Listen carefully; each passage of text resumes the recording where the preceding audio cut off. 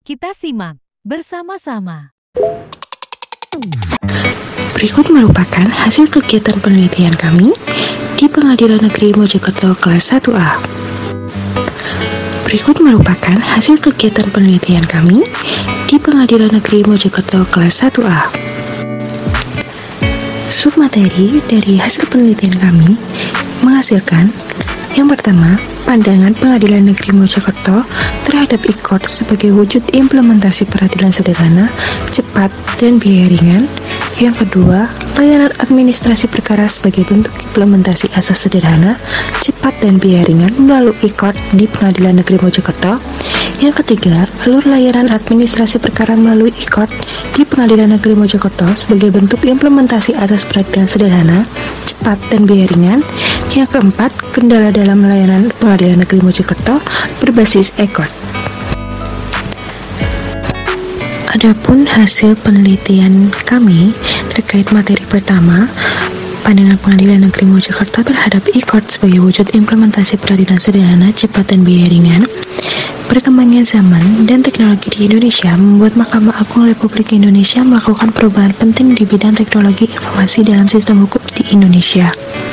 Mahkamah Agung meluncurkan aplikasi pengadilan elektronik atau e-court, di mana aplikasi administrasi perkara berbasis online ini merupakan implementasi peraturan Mahkamah Agung Perma Nomor 3 Tahun 2018 terkait pedoman administrasi perkara di pengadilan secara elektronik.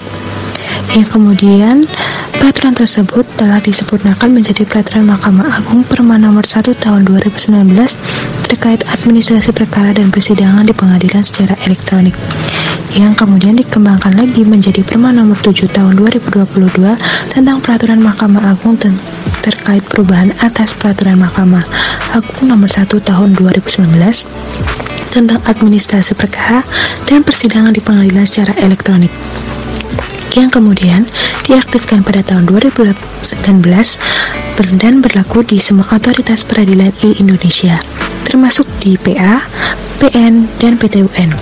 Saat ini, peraturan tersebut sudah diterapkan di seluruh pengadilan negeri termasuk Pengadilan Negeri Mojokerto, di mana salah satu yang melatar belakangi mewujudkannya peradilan yang sederhana, cepat, dan biaya ringan. Dengan demikian, menciptakan peradilan yang efektif dan efisien. Menurut penjelasan yang dipaparkan oleh Ibu Jenny Tulak selaku Hakim di Pengadilan Negeri Mojokerto, Perma Nomor 1 Tahun 2019 ini sangat membantu khususnya bagi hakim di mana tidak harus bertatap langsung dengan pihak yang berperkara dan terkait dengan mungkin dokumen yang diajukan oleh para pihak harus sesuai dengan Perma Nomor 1 Tahun 2019 terkait administrasi perkara dan persidangan di pengadilan secara elektronik. Terkait materi kedua tentang layanan administrasi perkara sebagai bentuk implementasi asas sederhana, cepat, dan biaya ringan melalui ICOT di Pengadilan Negeri Mojokerto. Perbedaan layanan administrasi perkara ICOT dengan manual berdasarkan asas peradilan sederhana, cepat, dan biaya ringan meliputi yaitu pertama, asas cepat. Di dalam sistem ICOT, pendaftaran perkara menjadi lebih cepat karena pihak berperkara tidak perlu langsung ke pengadilan, serta pembayaran sudah dilakukan di web ICOT. Sedangkan manual, pendaftaran perkara dilakukan di pengadilan dan menghabiskan waktu berjam-jam karena prosesnya dilakukan secara manual di pengadilan. Yang kedua, asas sederhana.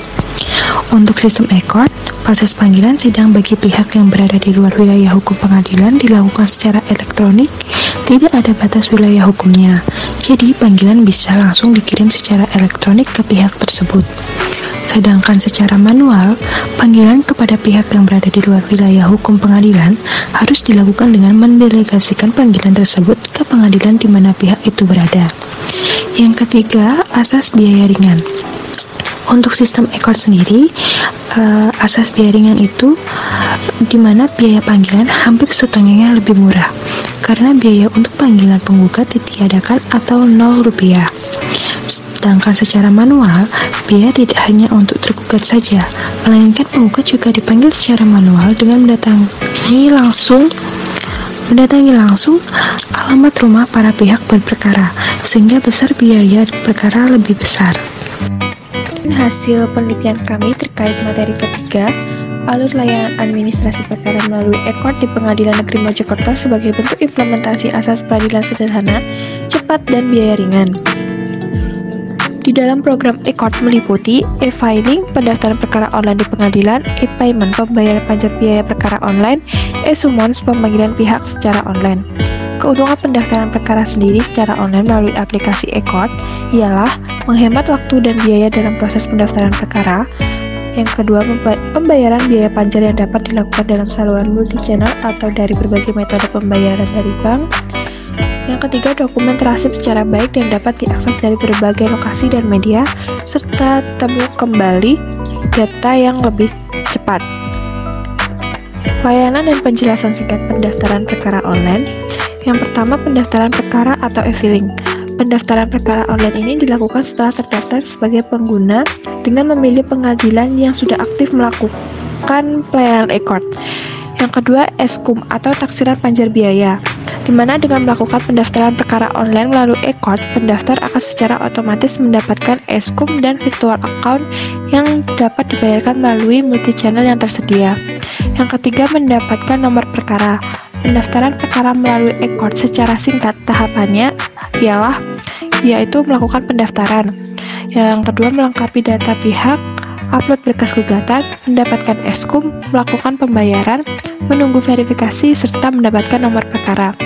Yang keempat, pengguna terdaftar, di mana di dalam pengguna terdaftar ini, advokat yang sudah terdaftar sebagai pengguna terdaftar dapat beracara di seluruh pengadilan yang sudah aktif dalam pemilihan saat mau mendaftar perkara baru. Dalam penggunaannya, para calon pendaftar hendaknya memperhatikan beberapa hal. Yang pertama, memastikan jaringan internet yang digunakan stabil, mengikuti semua tahapan pendaftaran perkara satu persatu, mengisi dan mengunggah semua dokumen persyaratan dengan benar dan jelas, karena dokumen yang tidak lengkap akan berisiko pada verifikasi tahap selanjutnya.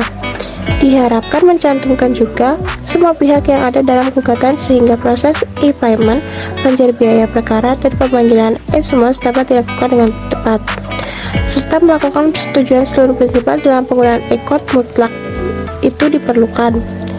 Proses pendaftaran perkara cukup dilakukan satu kali saja dan disarankan mengunggah dokumen hasil scan atau pindai, di mana semua dokumen yang diunggah pada proses e-filing kemudian di-email dalam format dokumen atau Word.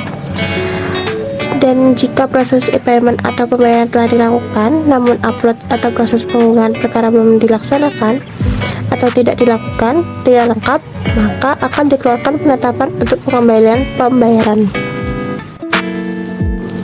Hasil penelitian kami terkait kendala dalam layanan Pengadilan Negeri Mojokerto berbasis e-court. Dalam administrasi perkara Pengadilan Negeri Mojokerto yang berbasis e-court, ada beberapa hal atau kendala di dalamnya.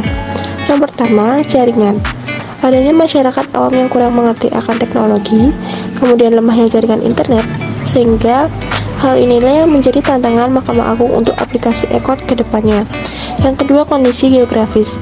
Dengan bentuk negara kepulauan mengakibatkan Indonesia kesulitan dalam hal akses untuk memberikan layanan internet secara menyeluruh, serta dengan terpisahnya oleh lautan membuat hal ini menjadi semakin buruk dan berakibat pada rendahnya kecepatan internet. Yang ketiga, jumlah provider. Dengan semakin banyaknya provider, maka bandwidth-nya akan semakin terbagi-bagi, sehingga tiap provider akan mendapat sedikit bagian yang berimbas pada rendahnya kecepatan internet. Yang keempat, biaya infrastruktur tinggi. Biaya ini memakan sangat besar dan pastinya membuat pemerintah menjadi lebih ekstra mengeluarkan uang yang sangat banyak untuk memfasilitasi negara ini. Yang kelima, masyarakat konvensional.